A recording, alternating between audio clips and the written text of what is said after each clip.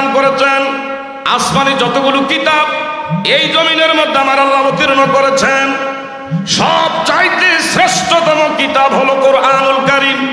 কথা বলেন ঠিক না ঠিক?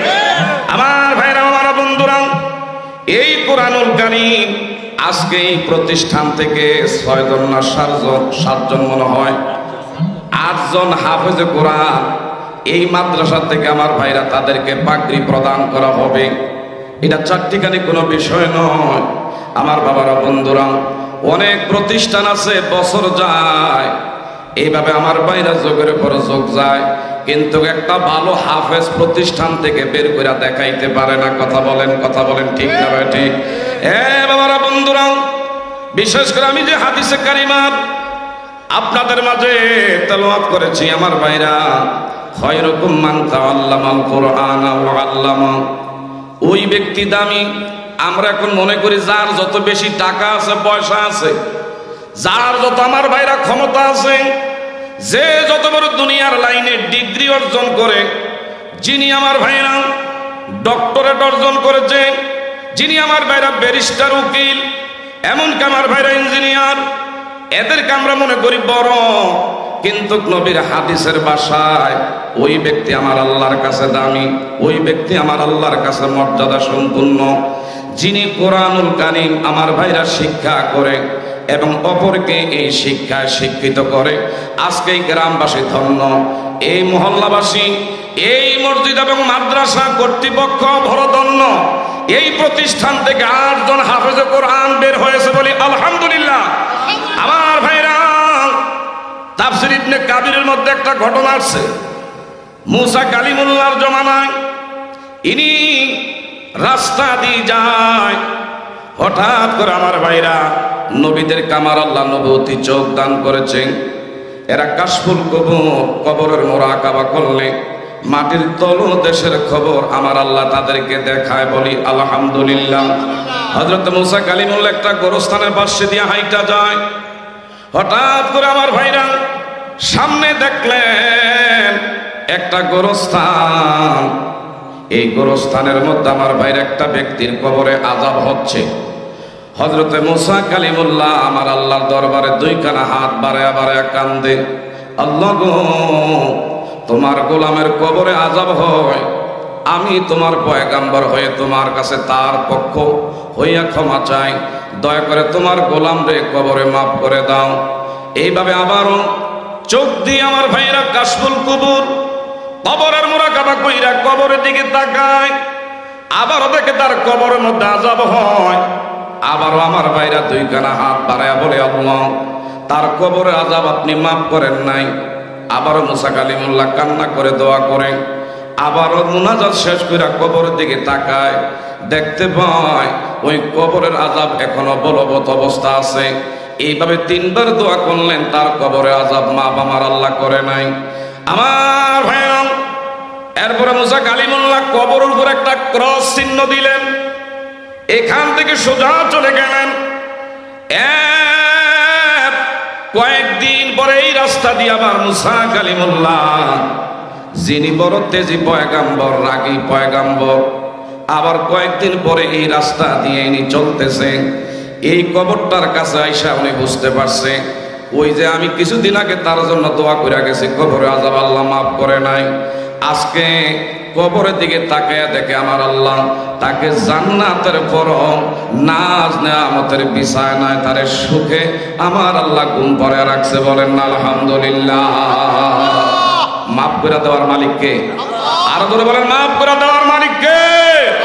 আমার বাবারা, বন্ধুরা, আজকে কোরআন নিয়ে, ইসলাম নিয়ে, আমার নবীকে নিয়ে অপমান করা হয়।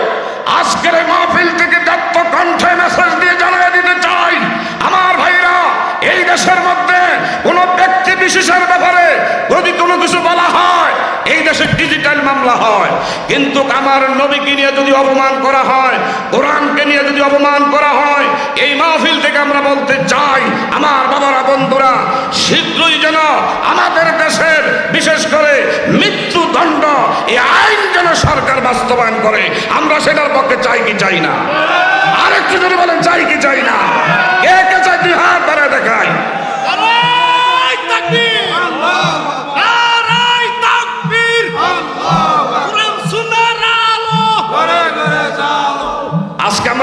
দলে বিভক্ত হয়ে গেছি, কার মাথায় কোন টুপি, কে কোন ভাঞ্জাবি গাও দিছে, কে কি করে, এইভাবে আমাদের একজন আরেকজনের দিকে বাঁকা চোখে টেরা চোখে তাকা। আজকে আমরা মুসলমানেরা বিভিন্ন দলে বিভক্ত হয়ে ডিভাইডেড হওয়ার কারণে আজকে গোটা বিশ্বের মুসলিম জাতি, আমার ভাইরা, আজকে আমাদের প্যালেস্টাইনের জমিন, মুসলমানদের প্রথম কাবা, ওই সেই মসজিদুল আকসা, গোটা পৃথিবীতে আমরা পৌনে 200 থেকে 200 কোটি মুসলমান, আমরা যদি সকল মুসলিম জাতি এক প্ল্যাটফর্মে থাকতাম, বিশ্বের কোন কাফের বেঈমান মসজিদুল আকসার মধ্যে বোমা নিক্ষেপ দূরের কথা, চক্ষু লাল করে তাকাইবার ক্ষমতা পাইতো না। কথা বলেন ঠিক না ঠিক?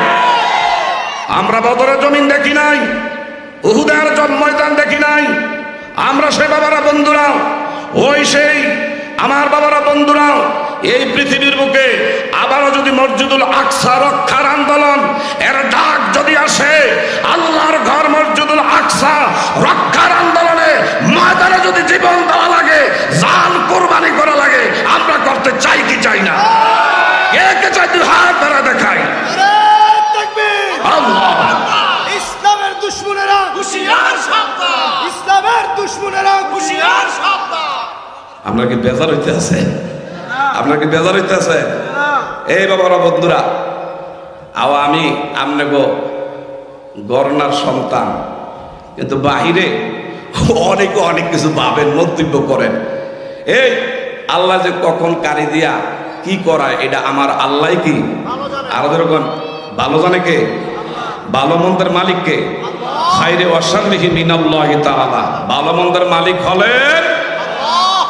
তো বলতেছিলাম, হযরত মুসা কালিমুল্লাহ ইনি আজকের দিনে আবার এই রাস্তা দিয়ে যাচ্ছে, গোরস্থানের দিকে তাকায়া দেখে এই মাইয়েতের কবরে আমার আল্লাহ জান্নাতের নাজ নেয়ামতের পরম সুখে তারে ঘুম পরে রাখছে। সুবহানাল্লাহ। মুসা কালিমুল্লাহ তো তেজি পয়গম্বর, যিনি মালাকুল মউত আজরাইল এক থাপ্পড় দিয়া ডান চক্ষু বুকে নামায়া ফেলছে।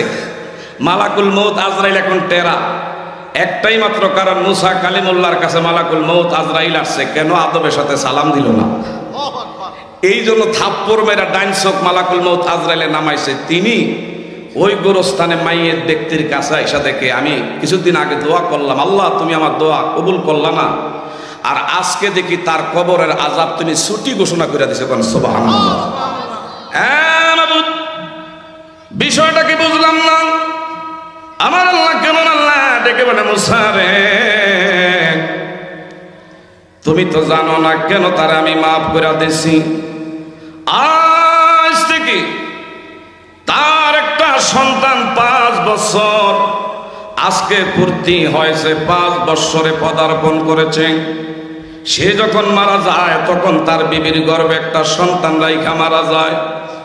মৃত্যুর আগে তার বিবিরে ওসিয়ত করেছে, বিবি গো, আমি যদি মারা যাই, খিড্ডা রহমানিয়া মাদ্রাসার মুআল্লিমের কাছে আমার সন্তানদের দ্বারস্থ করব। আমার সন্তানটা যেন হাফেজে কোরআন হয়, হক্কানি রব্বানি একজন আলেম হিসাবে তুমি তারে প্রতিষ্ঠিত করব। এই দায়িত্বভার তোমার হাতে আমি ন্যস্ত করে দিলাম। আমার আল্লাহ মুসা কালিমুল্লাহর কয়, মুসা, কেন আমি আমার গোলামরে মাফ করে দিছি তুমি জানো না? একটাই মাত্র কারণ আমি মাফ করা, এই লোকটার সন্তানের বয়স 5 বছর পূর্ণ হয়েছে। তার বিবি এই খিড্ডা রহমানিয়া মাদ্রাসার মুআল্লিমের কাছে দ্বারস্থ করেছে। আজ 2 দিন আগে এই মাদ্রাসার মুআল্লিম শুধু বিসমিল্লাহির রহমানির কি গুণ হইব নাকি? বিসমিল্লাহ বলে কোনো গুণ হইব? তাহলে মুক্তি বন্ধ রাখছেন। সবাই পড়েন, বিসমিল্লাহির রহমানির রহিম।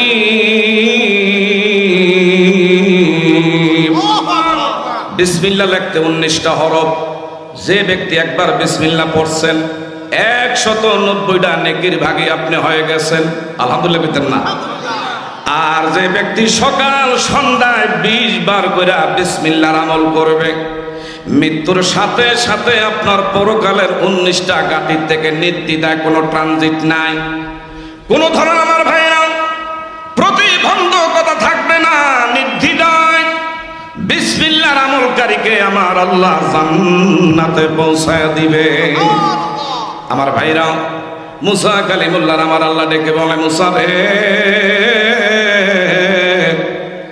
তার সন্তানের বয়স 5 বছর পূর্ণ হয়েছে। এই সন্তানটা মাদ্রাসার মুআল্লিমের কাছে শুধু বিসমিল্লাহ শরীফটা পড়ছে। সে শিশু বাচ্চা মানুষ, হায় রে আমার গোলাম, শুধু বিসমিল্লাহটা পড়ার কারণে আমি আল্লাহর রহমতের দরিয়ার মধ্যে জোশ উঠে গেছে।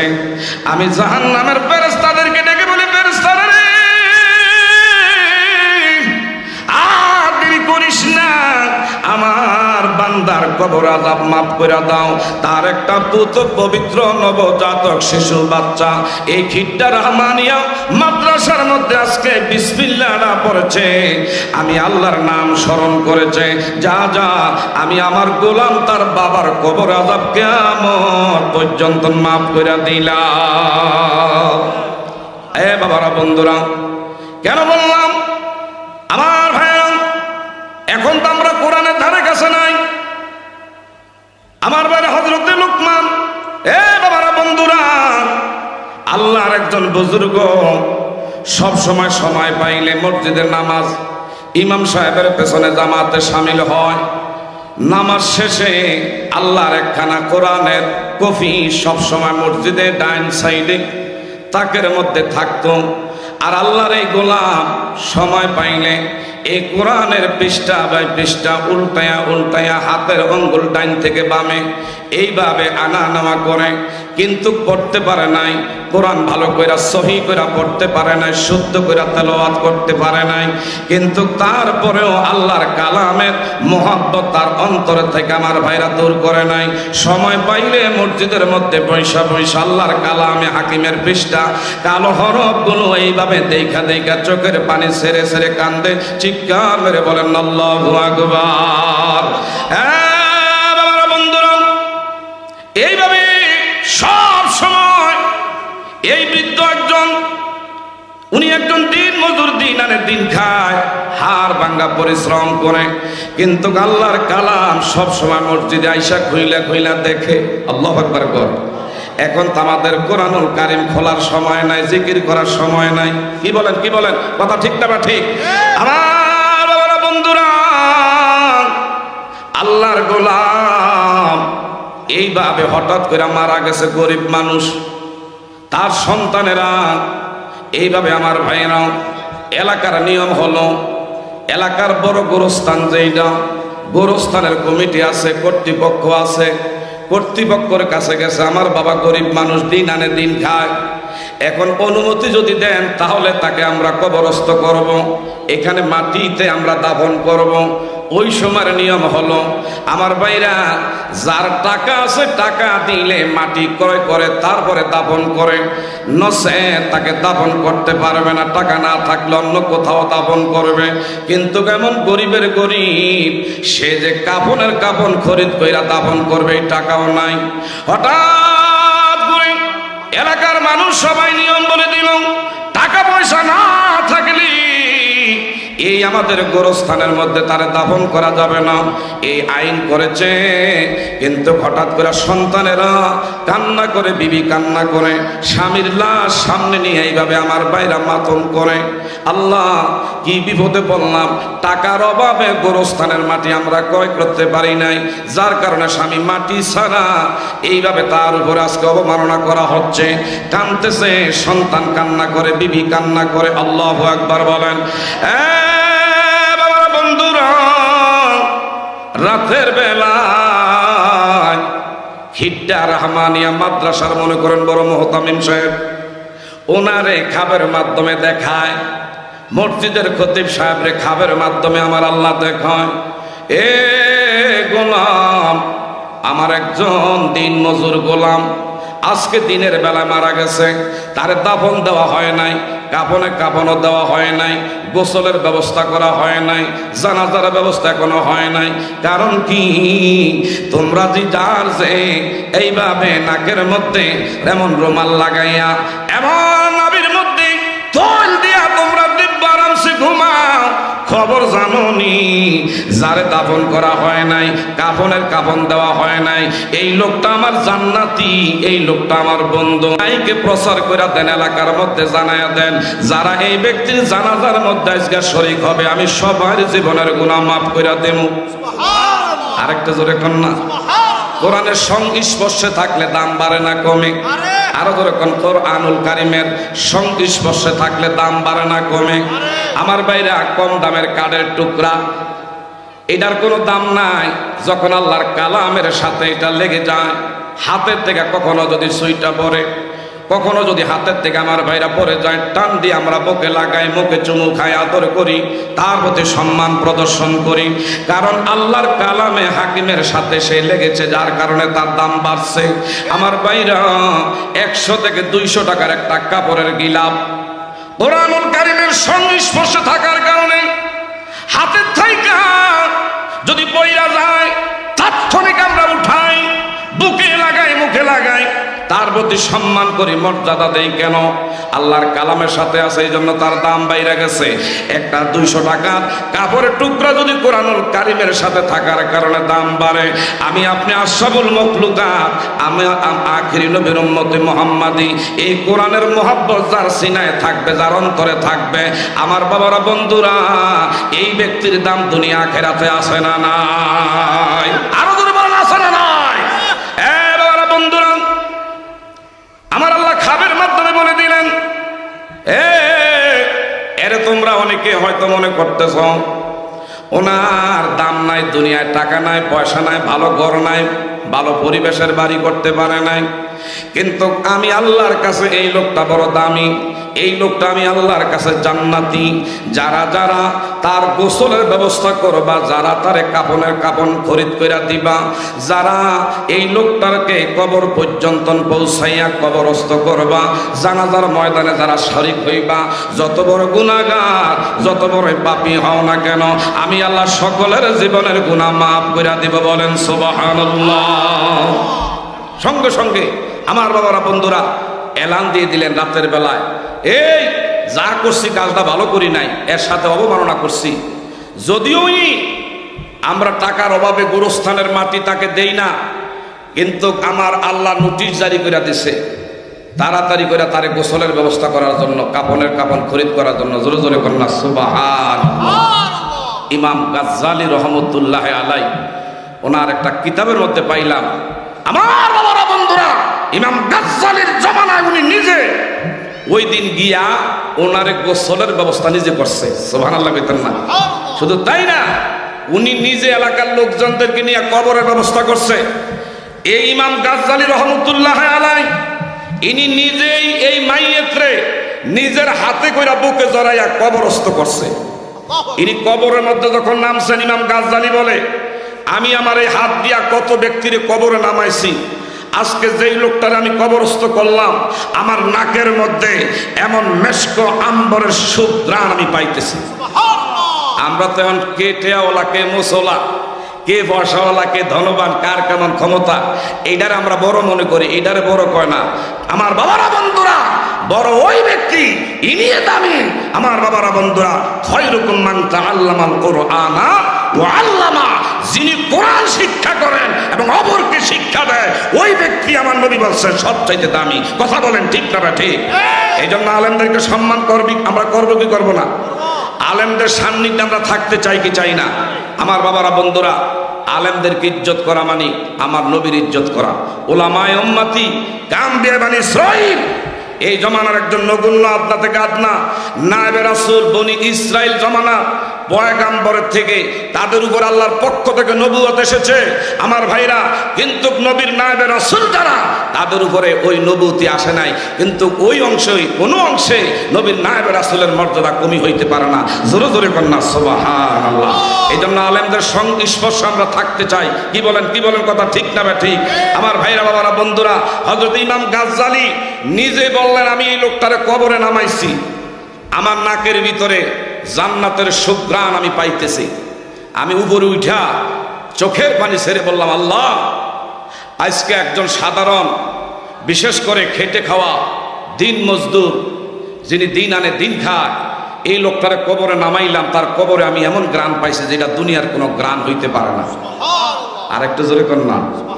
আজকে যদি তিনি না হইয়া আমি ইমাম গাজ্জালি যদি আজকে এই কবরে থাকতাম, আমার জীবনটা বড় ধন্য হইতো। বলেন সুবহানাল্লাহ। ইনি বাড়িতে আসছেন, ছেলেদেরকে নিয়ে বললো, তোমার মা দুঃখিনীরে ডাকো। সন্তানরা পর্দার আওতাধীন অবস্থায় মারে দাঁড় করাইলেন। মা, আল্লাহর ওলি ইমাম গাজ্জালি, ইনি কি জানি বলবেন, একটু দয়া করে শোনেন। ইমাম গাজ্জালি বললে, গো আল্লাহর বান্দি, আপনার স্বামীর জীবনে এমন কি নেক আমল আছে? সুবহানাল্লাহ বলতেন না? উনি বলল, আমার স্বামী তো একেবারে নিরক্ষর, মূর্খ, নাম লিখতে গেলে কাগজ দিলে সিরা ফেলে। আমার স্বামীর এমন কোনো আমল আমি দেখি নাই, তবে একটা জানা মতো আমল আছে। মসজিদের ভিতরে প্রবেশ করলে সবাই জামার শেষে বাড়িতে চলে আসে, কিন্তু আমার স্বামী অনেক দেরি কইরা মসজিদ থেকে বাড়িতে ফিরত। প্রায় সময় প্রশ্ন করতাম, অমুক করে, বাপ, এত দেরি কেন মসজিদে করেন? আল্লাহু আকবার বলেন। বলতো, বিবি গো, ছোট্টকালে কোরআন শিখতে পারি নাই, কোরআন আমি শিখতে পারি নাই, আমি হতভাগা।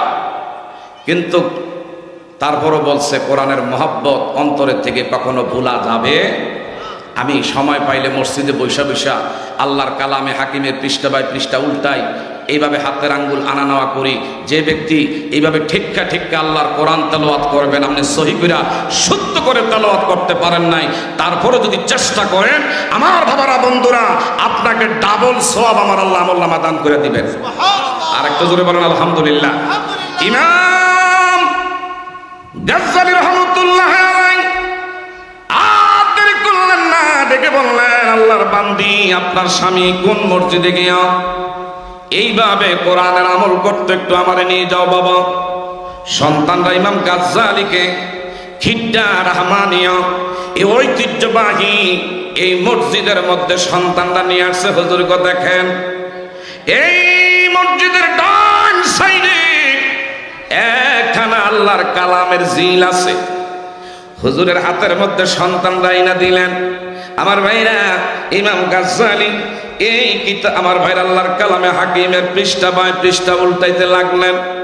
যেখানে আল্লাহর কালামের পৃষ্ঠা উল্টায়, ওই জায়গার মধ্যে আমার ভাইরা পানি আইজ পৃষ্ঠা বাই পৃষ্ঠা সিক্ত হয়ে আছে। আর জোরে কোন সুবহানাল্লাহ। আমার ভাইরা, ইমাম গাজ্জালি কয়, তোমার বাবা যে কোরআনের পাগল, কোরআনুল কারীমের প্রেমিক, এটার জ্বলন্ত উদাহরণ, জ্বলন্ত প্রমাণ আমি নিজে স্বচক্ষে সরজমিনে মসজিদের মধ্যে আইসা দেখলাম। ভাইরা, বন্ধুরা, আপনাদেরকে বলে যাই, কখন যে কারে আমার আল্লাহ হেদায়েত নসিব করে বলা যায় না। ওয়া ইন্নাকা লা তাহদি মান আহবাবতা ওয়ালাকিন্নাল্লাহা লা ইয়াহদি মান ইয়াশা। হেদায়েতের মালিক কে? আরেকটু জোরে বলেন, হেদায়েতের মালিক কে? এই প্রতিষ্ঠান, আমার ভাইরা, যারাই বিশেষ করে আজকে হাঁটি হাঁটি পা পা ওই থেকে শুরু করে আজকে কি সুন্দর জায়গা এখানে আমার ভাইরা, যাদের অবদানে, যাদের সময়, অর্থের কারণে এই জায়গায় এসেছে। মসজিদ করলে, মান বানা লিল্লাহি মাসজিদান বানাল্লাহু লাহু বাইতান ফিল জান্নাহ কামা ক্বালা আলাইহিস সালাতু ওয়াস সালাম। মসজিদ নির্মাণকারী ব্যক্তি যেমন জান্নাতে আল্লাহ তাকে যা এমন এক আমার ভাইরা বালাখানা দিবে, জান্নাতের ভিতর আমার আল্লাহ দামি বাড়ি দিয়া পুরস্কৃত করবে। তদ্রুপ মাদ্রাসার সঙ্গে যারা হাত রাখবেন, সময় দিবেন, শ্রম দিবেন, অর্থ দিবেন, আমার আপনার ওই জান্নাতের ভিতরে নবীর হাদিসে কারিমার মধ্যে এসেছে, আমার ঘর মাদ্রাসা যারা করবে, এর সাথে যারা সময় দিবা, তোমার জায়গা আল্লাহর জান্নাতে অবধারিত হয়ে যাবে। বলেন মারহাবা। হেদায়েতের মালিককে আরেকটু জোরে একটু ডাক দেন আল্লাহ। এতগুলা লোক আওয়াজ নাই, আমার মনে হয় অনেকে কইতে আছে এটা নাম হেলালি, এই জন্য অনেকে আওয়াজ দেন না। আল্লাহ কইলে লাভ না লোকসান? একটু আওয়াজ দিয়ে বলেন না আল্লাহ। আর একটু মায়া করে, প্রেম নিয়ে, দরদ নিয়ে বলেন আল্লাহ। এরপর আওয়াজ হয় না, আর একটু মায়া করে বলি আল্লাহ। ক্বালা রাব্বুকুম উদউনি আস্তাজিব লাকুম, যে আমার আল্লাহরে আল্লাহ বলে একটা ডাক দেয়, আমার আল্লাহ কয় লাব্বাইকা আবিদি, তুমি একবার আমার আল্লাহ বলছো আর আমি তোমার ডাকে 70 বার সাড়া দেই।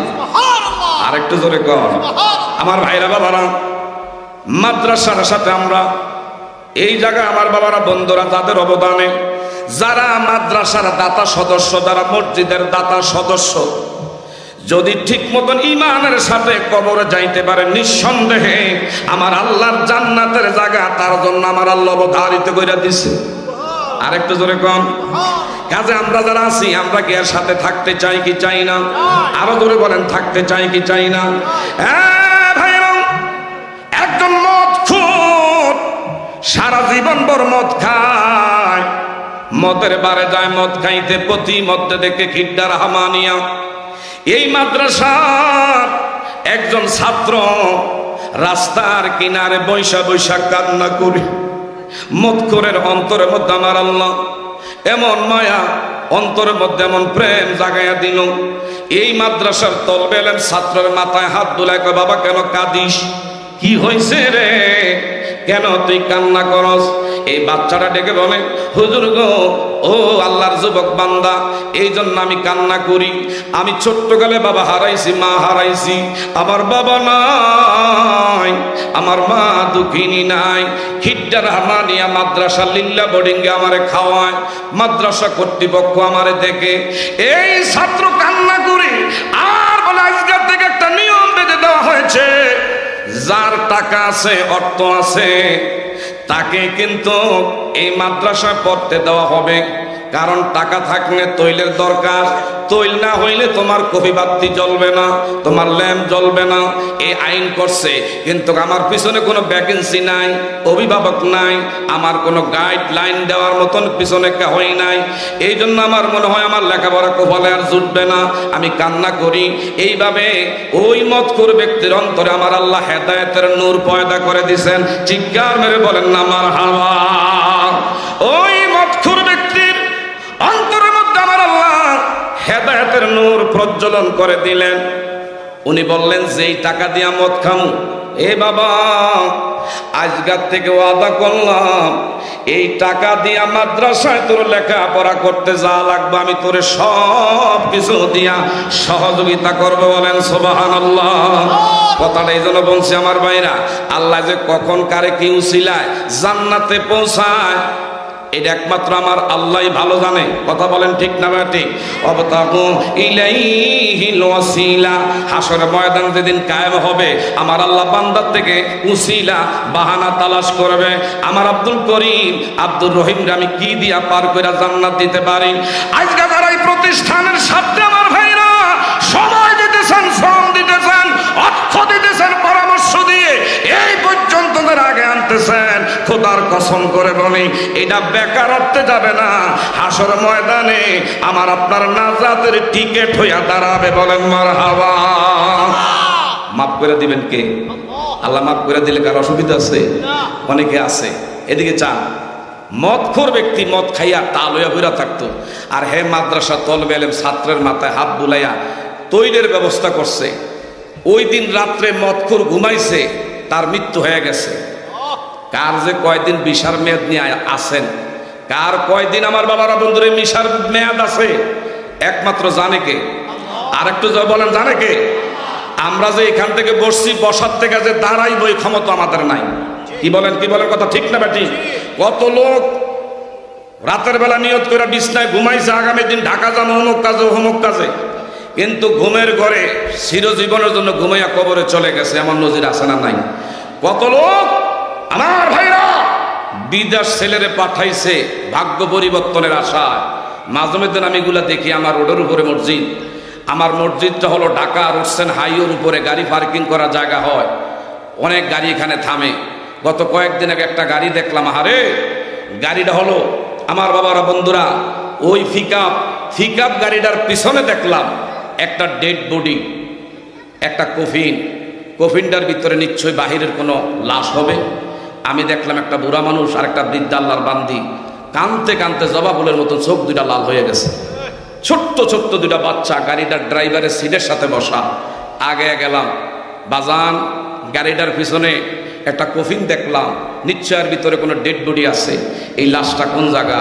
উনি বলতেছেন, হুজুর এতই দুর্ভাগা হতভাগা আমার মতন ফোরা কোফালদার বদনসিবদার, আমি আমার ছেলেটারে অনেক টেহা ধার কইরা কর্জ কইরা মানুষের ধারে আর পায়ে এইভাবে একবারে জায়গা বারবার গিয়া টাকা ধার কইরা তার বিদেশ পাঠাইছি তার ভাগ্য পরিবর্তনের আশায়।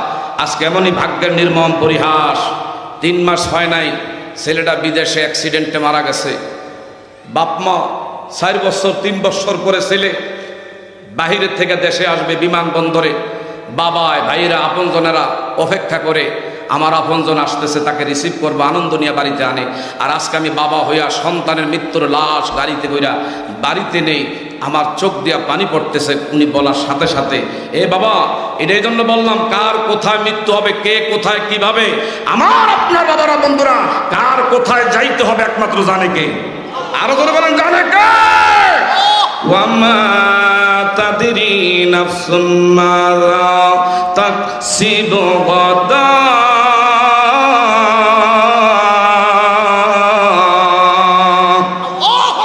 ওয়ামা তাদরি নাফসুম বিআইয়ি আরদিন তামুত।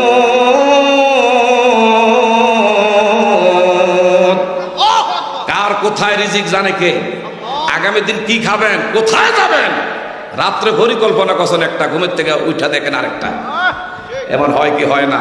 আমার ভাইরা, কার কোথায় কিভাবে মৃত্যু হবে একমাত্র জানে, আর যখন জানে। আবার আমাকে দেশে কিছু কিছু লোক আছে অমুক বাহেও জানে, আছে না নাই? অথচ নিজের বাবারা বন্ধুরা ওই সে প্লেটের তলে কই মাছ এইটা দেখে নাই, কিন্তু কাবা ঘরের আমার বাবারা বন্ধুরা কুত্তা খেদায়।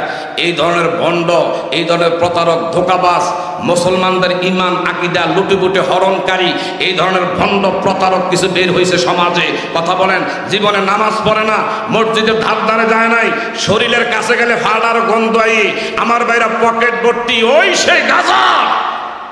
আর এমন মনে হয় জাহান নামের কালো দুয়া, হে বেড়াও বা আশেখের রাসূল, এমন পাগল আছে না নাই? আরো জোরে করে আছে না নাই? আল্লাহ পাক এই ধোঁকা প্রতারক ভণ্ডদের হাত থেকে আমাদের ঈমান আকীদা আল্লাহ পাক হেফাজত করুক, বলেন আমিন। আর একটু জোরে বলেন আমিন। আমার ভাইরা, ওই যে বলতেছিলাম আমার সময় মনে বেশি নাই, কারণ মাগরিবের থেকে আসার সময় আছে কতক্ষণ, বেশি না, মাত্র মনে হয় 1 ঘন্টা। এর মধ্যে কোন দিয়ে গেছে সময় টেরে পাই না, যে আলোচনা নেই সেটা 2 ঘন্টা করলো শেষ করবো যাইতো না। কথা বলেন ঠিক না ঠিক? আমি আপনাদের সন্তান, এসেছি নিজের বাড়িতে।